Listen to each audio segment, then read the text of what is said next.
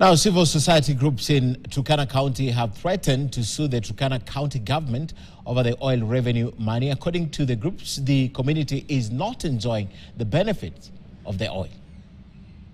The governor and the team from finance have been pursuing tallow oil for revenues that have not been paid to the county for the last five years or so. And the good news is we on 20th, that's a few days ago, how many days ago? 4 or 5 days ago, we received a total of 258 million as revenue from oil exploration, land lease. So that money is already captured in this budget. So immediately we receive money, we capture.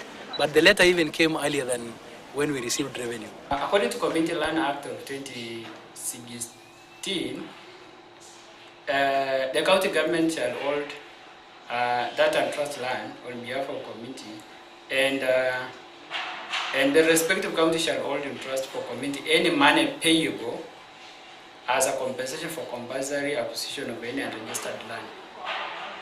Then upon registration, the county government is supposed to release all those money to the community plus interest.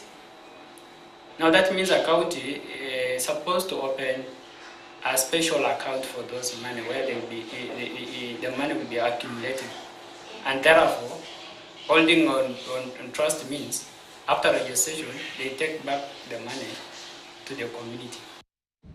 Away from that, the Kenya National Chamber of Commerce and Industry has sounded alarm